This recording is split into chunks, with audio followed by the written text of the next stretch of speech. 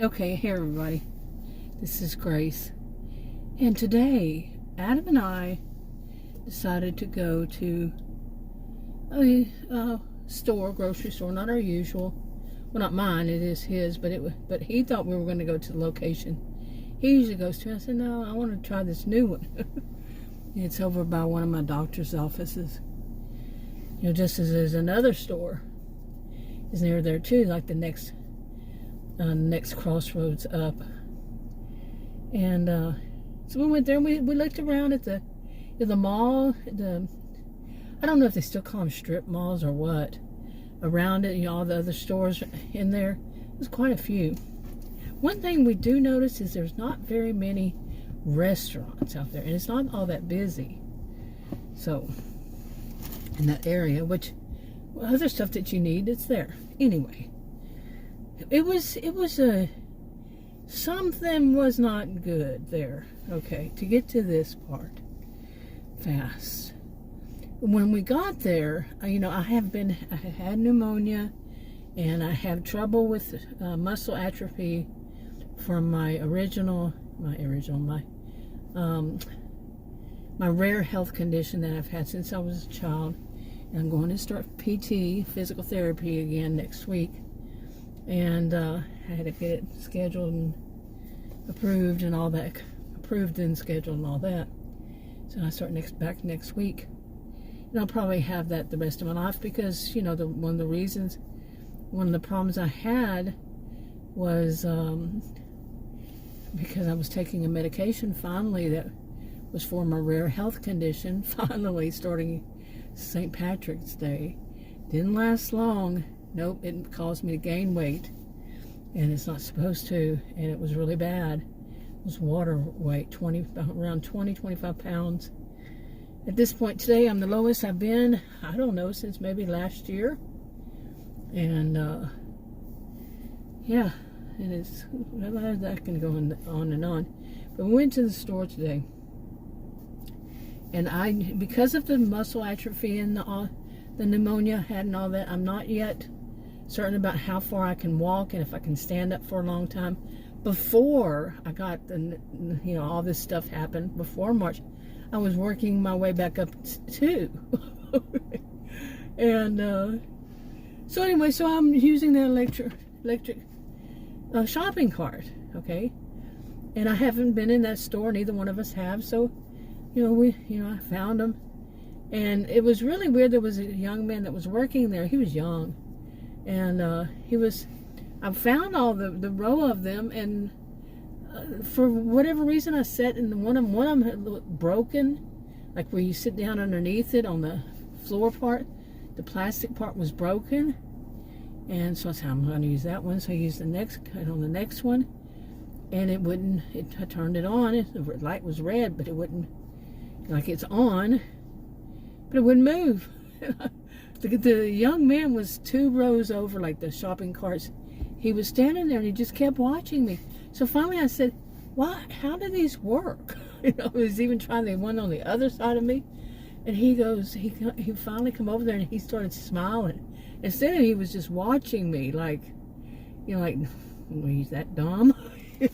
And then he came over and then we started having conversation, and he seemed like he was so happy that somebody actually discussed something with him like you would. In a normal, he would know more than I kind of way. You know what I'm saying? That I trusted his opinion because he's the guy that gets all the carts and the, so forth and everything, including the ones that are, electric for people with disabilities, And he was very friendly. At first I was wondering about him, but no, he was friendly. So anyway, so then we went in, Adam and I, we started doing the groceries. He found me one that worked. And, the guy did, and went in, and, where was it? What lane? Right there, the first place was the produce. And I, rode my little electric shopping cart up to the one, and I had to stand up. I got out of it to stand up to get one of those bags to put some summer squash in. And I just had my hands on the summer squash. I was holding my hand. I went to reach the bag, and a woman came from behind me. I was reaching forward to get, the bag that was to the right of me. So I had to look at it. And I was around this shopping cart, standing right next to it. And she come up from behind me and tried to get try to get the summer squash right there. I'm standing there. She sees the shopping cart, and then she tells me to move out of her way. You heard, right? You heard what I said. She told me to move out of her way. Oh, man. Oh, I am not quick to anger, but I have been saying this for a long time. People who will pick on people in those shopping carts. I am serious. I remember when I busted both of my knees really bad, and I went to Costco one time. I usually don't say it. And there was a woman in there, and she ran out in front of me, and she looked at me like, you deserve it. It was, I even had it all on video. Okay, her behavior. Oh, man. And this is Texas, people need to remember what Christianity is all about. These are sometimes people who say they're Christians and such. And anyway, to get back to this woman today, like I said, she come from behind me, so I kind of got a glance at her from the side of my eye, but a little bit behind me. And I could see that there's nothing special about her. She was just blonde, probably 40, 45, nothing special. I'm not going to describe the rest of her, but nothing special. No, none. And even if there would be nothing special. There would be nothing so special that she tells somebody, and I want to say this, I really wasn't thinking about me. I was thinking about anybody who has, some people have to permanently use those. They can't go in the grocery store and walk around. Mine is temporary. Okay? And I was thinking about them. How dare, what these people have had to deal with. Ignorant fools like that. I'm sorry, I should not call her that name, but because she told me to move out of her way, and went and grabbed the stuff, and she pushed her body toward me, like, from behind, like she was going to push me out of the way. And she kind of even chuckled. And I come, I'm fighting mad. Not quick to anger, though. I've said this for many times that this happens. The way people treat me whenever I've ever had to use those. It's like you attract the worst people. Some of the worst people. They want to come and show some kind of dominance. And I'm a social and behavioral scientist. I know what I'm talking about. So anyway. So yeah. I say I come up fighting, man. I was standing up because I was reaching for that stuff. But the whole thing of, oh man, you stepped up. And I turned around. Not all the way around. I turned sideways. That's when I saw her blonde, and nothing's really, again, nothing special about her. And I said, stand in line and wait your turn. And she got her body real close to mine. Oh man, really. And I kept talking, and I was talking loud enough that not yelling, but the people around me, and then apparently there was one guy that was an older man, and well, not older than me, I don't think, but he was, this was produce, and he was putting out some produce, and I think he heard it, and what else did I say? I said, you're going to ask somebody like me who's in an electric shopping cart, using an electric shopping cart, to move out of your way? I was, like I said, stern, man. Oh, these people like this, we're all taught in this country, and with her accent and everything, she's from here, from Texas, I would say. When I say here, I mean Texas. And she was more than likely taught, stand in line and wait your turn. Okay, and I mean, I was livid.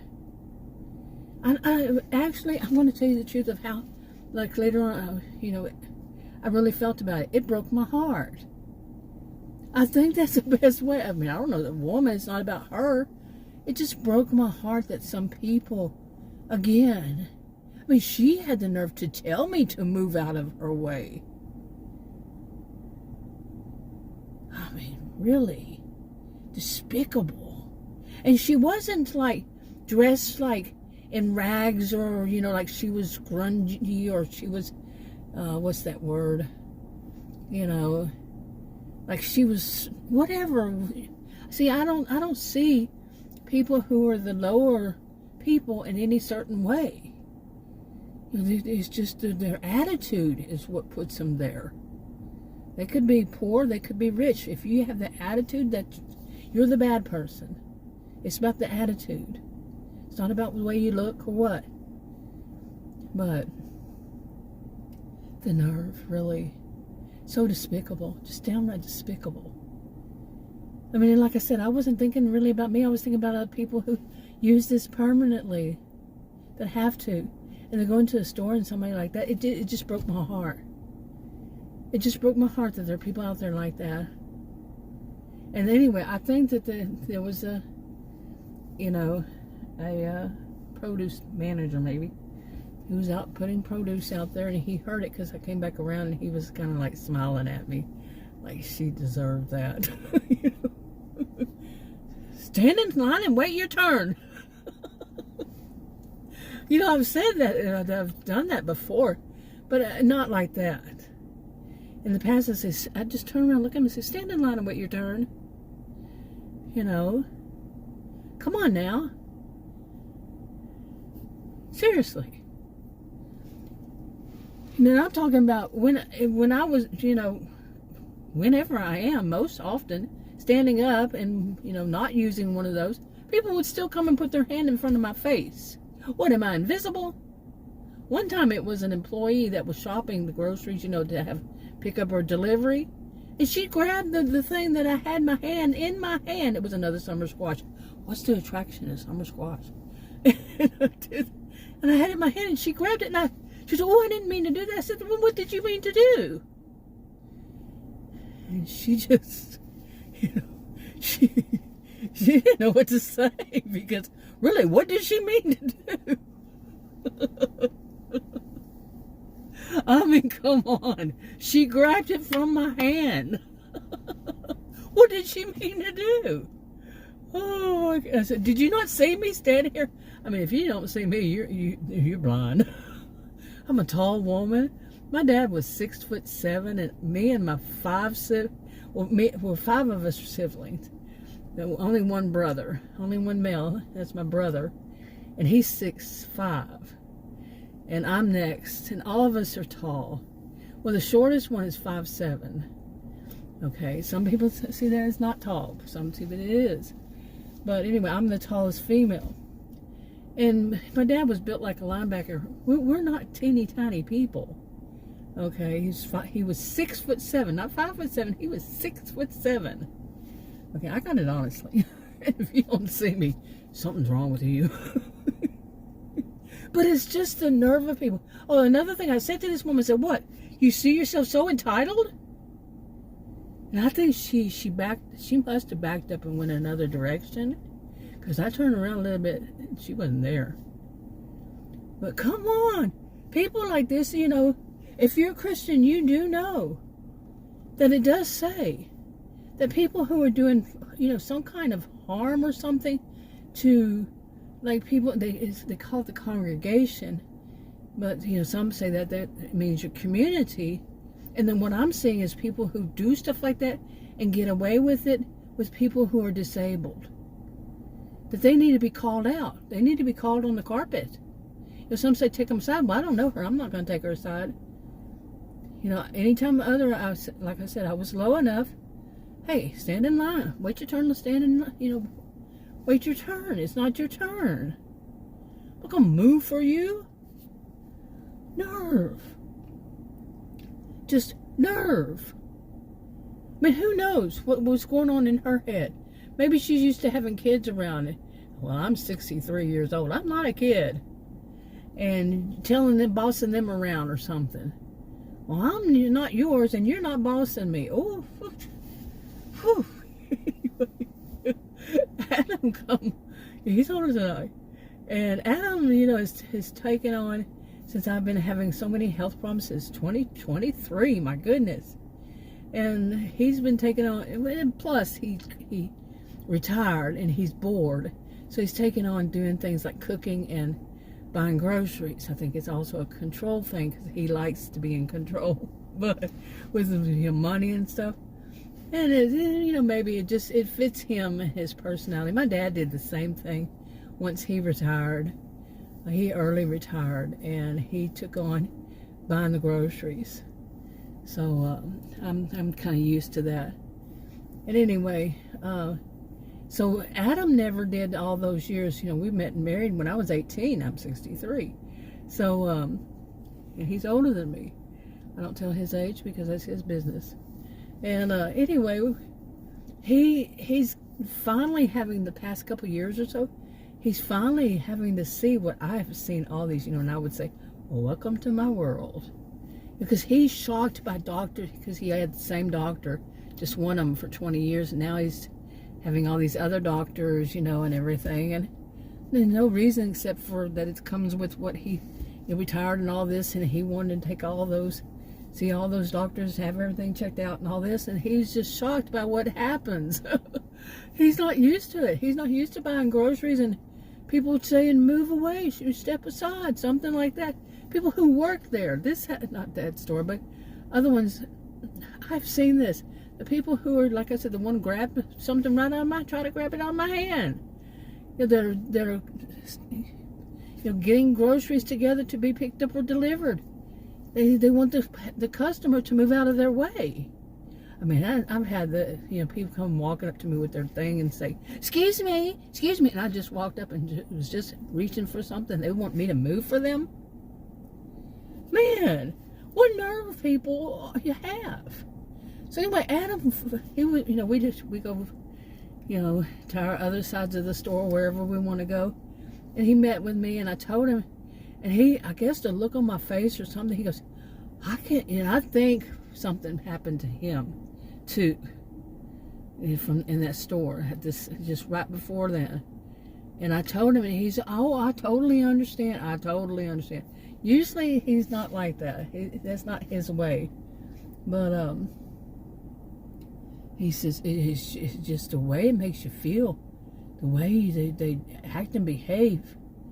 Some of these people, really, despicable people. Who do you think you are? Like I said, told that woman. Well, you think you're so entitled? Oh, seriously. But then I think something must have happened, because he didn't tell me that it did. I just could sense something must have happened to him too. Somebody must have been rude or something. So then he went on, and he left and went and bought some more groceries. Then we met again, and he was saying, let's just go, let's get out of here. I mean, it's a well-known grocery store chain, well-known, and it's usually more expensive than all other ones. And I wouldn't go to there are two of them I wouldn't go to, because one of them I got hurt at last year, was it? I had to get a tetanus shot even. But the manager there, she said, didn't happen here. It was blood all over my arm. Seriously, it happened there. I said, there is footage. Do you have these cameras up here? It's on camera. Oh, no. And the police say, oh, it's a civil problem. We don't get involved. Yeah. I have a lot to say about stuff like that. A lot. But that's a good way to keep crime down, huh? Crime reported. But hey, it's a civil suit. Like those, you have something delivered, and the porch pirate comes out and they say, it's a civil suit. No, it's a crime. I don't know. I'm not saying every place does it. I'm not saying that it's here even. Yeah, because I don't even think that one's here in this town in this city I live in. It's a city suburb of Dallas, so it's a big one. But just the nerve of people, man. But anyway, Adam come up to me again at the end of it and said, let's go. Let's get out of here. And he was kind of laughing and chuckling and saying, you know, because he said something to me like, you know, the nerve of some people, again, when he met me again, maybe I was still walking around shaking my head, you know. No, I wasn't, but unbelievable what some people will think that they can do. You know, it's 1 minute till 9 o'clock, June 8th, 9 p.m. And I'm sitting out here making videos, but that's what I wanted to do, get this out of my system. And that's how I roll. I don't believe in keeping it bottled up inside. I told that woman how the cow eats cabbage. You know, the thing about it is, I really was stern with her. And I said it loud enough for people around to hear her. People need to look at her and say, can you believe what she's doing to that person? Because people don't have accountability anymore. I'm not suggesting that anybody else do this. I'm not at all. I'm a social and behavioral scientist. Trained, okay? But I would not suggest it to anybody because, you know, people can be dangerous. I have to weigh it for myself, and I know how to. Okay, that doesn't make it perfect. But come on, I've had enough. And that one she had a lot of nerve, putting her body so close to mine, like she was going to push me out of the way, even.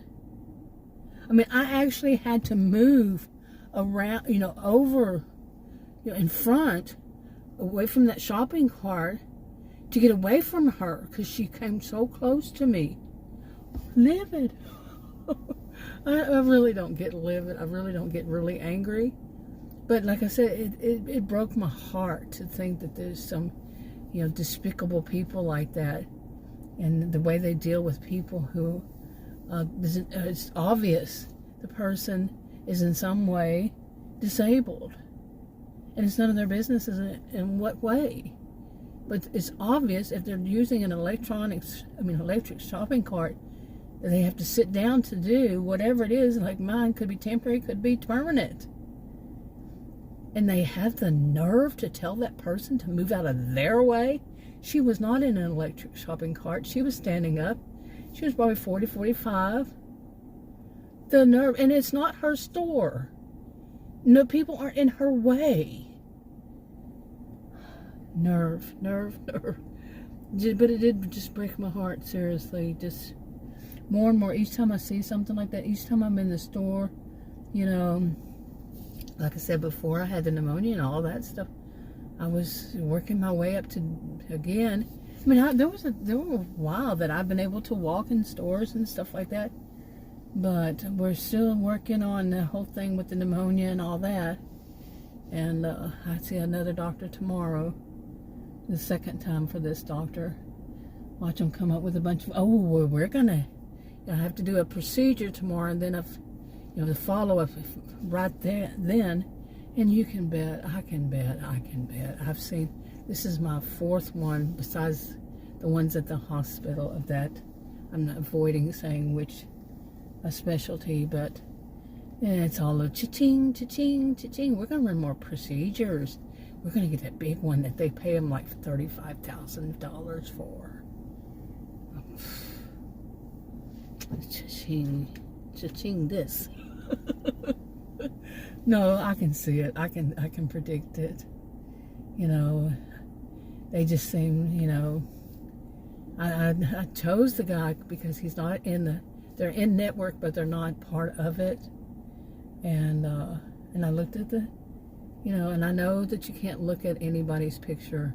We did that at an experiment at one of my universities.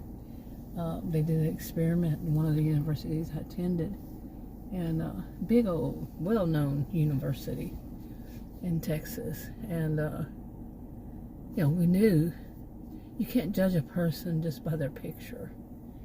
But this one, he had a goofy look on his face and real happy, and he kind of looked like he was a real cheerful person. When I met him in person, I'm like, oh my goodness. I mean, I knew that was going to happen. It could happen. Yeah, and he looked like someone who's just there. And even his nurse who spent the time with us, she said, why do all this work? And then he comes in and saves the day. And he comes in and says what he needs to say, and he goes in like 1 or 2 minutes. And my entrance is paying to see him, not her, the nurse. So yeah. And they also do this thing of this other, there's another test, they're going to run both of those. Man, they're going to do those procedures. They're expensive ones. And it says if you have to cancel at the last minute or anything, they will charge you $200 for the materials needed for your special case. I'm kind of curious, if they charge you that, are they going to hand them over to you? I'm telling you, I'm full of it. I mean, full of, what's that word? Vim and vigor or whatever. And vinegar or something. Tired. Okay, I realized I hadn't finished telling the story about something so innocent as buying groceries should not be this filled with drama. Seriously. But this is a norm. I'm serious. A norm. Go to a doctor's office. Oh my goodness. So much. Really. And it's exhausting. Just a trip to the grocery store. Now the third thing, the young man, it was probably a summer job. The kids are out for summer. He may have been 18 years old. I'm not certain. But maybe he learned something good from it. Instead of just staring at somebody who's having a problem, go over and help. Maybe he was never told that, because he just kept staring at me. And Adam was just staring at me too. Hello. And then the next woman, stand in line and wait your turn. Oh my. And I had half considered that maybe she thought I was an employee. That maybe she thought employees go around the store in these little shopping carts. Electric shopping carts. But the same thing, what I would have said if she didn't apologize. If she would have apologized and said, oh, I thought you were an employee, you know what I would have said, right? That's how you think you're going to treat employees? Because it was rude. She was rude, period. There's one more thing, the third thing. After all that, Adam found me. I think he found me total 3 times. And I think he was so ready to get out of there. And, it's a well-known, like I said, well-known store. And, anyway, we just never been to that location. And it's in I don't even know, I think it's a wealthy area. This whole city suburb of Dallas is wealthy. The whole county is. It's the second wealthiest in the state of Texas. So, yeah. Anyway. And I like I said, it doesn't matter of wealth or not. Doesn't matter. People can be rude no matter what, no matter what age, I was about to say, no matter what socioeconomic status at all, period, altogether. But, anyway, the third one was, and I've mentioned this before too, this kind of thing happened. We're inside the store, okay? And there's a section in the store where usually they have, like if it's something, some kind of holiday, they'll have all the items over there in that little section of the store. And it's part of the store. It's all open, You got to pass by there once you get past certain, like, frozen aisle or something. And I was walking that way, and he was talking to me. And he said, I was trying to find, I said, did you find those nuts that he wanted, a certain kind of nuts? And I said, I couldn't find my walnuts, and he couldn't find his. We couldn't find that aisle. And he said, I said, well, I'm going to go look at each aisle. So we went different directions. He passed me by. As soon as I went past him by going the other way, there was these two men standing to the right of me, right there. And they started talking to me like they're going to sell me something. They didn't introduce themselves, nothing. They didn't say hello, ma'am, or anything like that. They just started talking, and nobody was standing there. Like, I'm going to stop because they're talking and saying, we have this, trying to sell stuff. And I didn't. I was looking up as I was walking. I was looking at all the, the aisles, what's on them, because I'm trying to find nuts, And it was nuts, the whole thing. But as I'm walking, and they just start talking to me, and like, I'm going to stop what I'm doing to listen to their, little sales pitch. And then I didn't. I just kept going. Some will say that's a social contract. No, it's not. Okay, first of all, what would have been is for them to notice that I was busy. I was looking at the signs, trying to find something, and I was concentrating, that they should not interrupt me. They should not try to stop somebody who's busy doing something for their sales pitch. I don't owe them anything. I owe them absolutely nothing. I'm not being rude to them. They're being rude to me because I'm busy trying to find, and they probably heard me and Adam talking. It was like the other day when I went to see a doctor who spent a whole minute, and I had to slow her down. I'm not sitting here for an hour waiting for her and for her to come in there in a minute, and when it was something very serious. And the first time I saw her, 1 minute, I slowed her down. And then when we was exiting, Adam was standing at a door to go outside that part, and he said something to me, and the young woman walked up to take, to finish it up. And I was talking to him, and she interrupted me. Like, her voice was she was most important in that social situation. No, she wasn't. Period. Social and behavioral scientist. She was not. She and the doctor lost the doctor, a patient, a minute. That kind of specialty would be about, say, $350, let's just say, bucks. They charged my insurance company for a minute. Nobody's that special. Sorry, nobody. And she was not that special. Well, but anyway, the three things, like I said, I go to a doctor's office and look, two of those right there, two, But there was also a third one.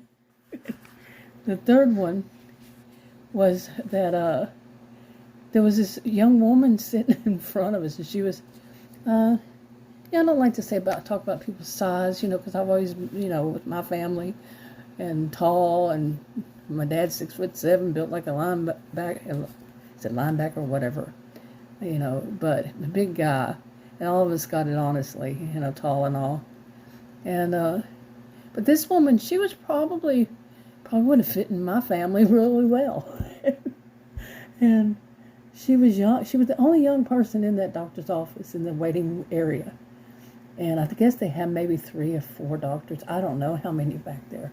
Could be one of them just taking a minute, making a whole bunch of money. But anyway, she was the only young person there, and she was probably maybe 30, 35 years old. And she was kind of sitting in front of me, and she got up and she went in, and she was real fast. It was probably that doctor, 1 minute, shoot him out. And she came out, and when she walked by me, I went, whoa. Adam was sitting next to me. And I didn't say it out loud, I don't think, but later on I told Adam, I said, did you see what I saw? And I told him. He said, yeah, I saw it, and whoa, really. The woman was wearing a skirt so short. I knew she wasn't wearing underwear. And she had walked past me to go out. I noticed how short it was from the back. Wow. That short. And I know that they have these things now that they're having clothing that's sheer for women, you know, and they at their discretion, I guess they put on underwear underneath it to show everybody their underwear too. Really? Is that what we come to? I mean, I was never a prude, but my goodness, what has it come to? People telling in the grocery store that somebody disabled to move out of their way, and if she actually thought I was an employee, how dare she still? You know, and sales pitch people thinking that we owe them something. You know, we have to stop and listen to them. We don't have to stop and listen to them. And if you're curious about, anybody's curious about what does the Bible, what would the Bible say, it would be say, no, we're right. Stay away from these people. Read 2 Timothy 3. That's my favorite one. This is probably the only one I can quote or cite, you know. But I am not one of those that can do chapter, verse, and all that. I don't even know the terminology enough. But, and, you know, I registered to be a minister 20 years ago. Seriously. And back then I said I don't know enough. Don't think I learned enough all this time. But apparently, I remember it was a minister for life, so 20 years ago. Anyway, to move on from there. Boy, I'm stream of conscious here. But that, you know, so that, and tomorrow I go to a doctor again. Tomorrow I'm going to have yet another one of those procedures. And then after that place, they do the procedure there. And so did the other one last year. And then, but last year you have to make an appointment and come back. This one, the appointment to come back is right after it. And I'm wondering who does it. Do they have a tech that does it and all this stuff? And it's an annoying thing, very annoying. And I told Adam, I said, you watch. They're going to say, oh, we need to do this big one now. Instead of whatever happened to, let's talk about diet, not as in losing weight diet, but diet of what you need to eat and what you need to avoid, and really focus on this. Not just say, oh, talk to a dietitian. You throw it off on somebody else. No, you are the specialist. And let's not always talk about, let's change all your medicine. This one wanted to change every medicine I take. I'm not doing it. Nope. And adding some more. I'm doing it. I had 3 pills. But one started out, I think I had to stop taking what's April. And I started taking it on St. Patrick's Day. And I would think it was April 27th because it put on 25 pounds by then. And another one about 3 weeks later, and I've only been taking it those 3 weeks because it made my feet dry out and my skin dry out really bad to where I thought I was going to lose my feet. And not joking, my dad lost one of his feet, 1 foot. Well, the leg below the knee, to diabetes. And then I took another one just one time, and the world wasn't spinning around me. It was doing a roller coaster ride. A few hours later, after I was laying on the bed watching TV for a while, and I had not stood up, nothing. So, but I'm going to see him tomorrow, and you watch. It's going to be some kind of drama. And nothing is just simple. I was thinking about all these doctor's appointments or calling them. Nothing is simple. You don't just call and say, hey, I want to leave this message for the doctor. It doesn't work that way. There's going to be some drama. Like the one who told me, I'm not going to listen to you. I'm going to go by what his record says. It has nothing to do with his records. I'm calling to get a renewal for a prescription that the one who referred me to him made. And it was the ER doctor. And they're not there. Nope, I'm not going to listen to you. See, there's always a story. Always. Always. Enough for now.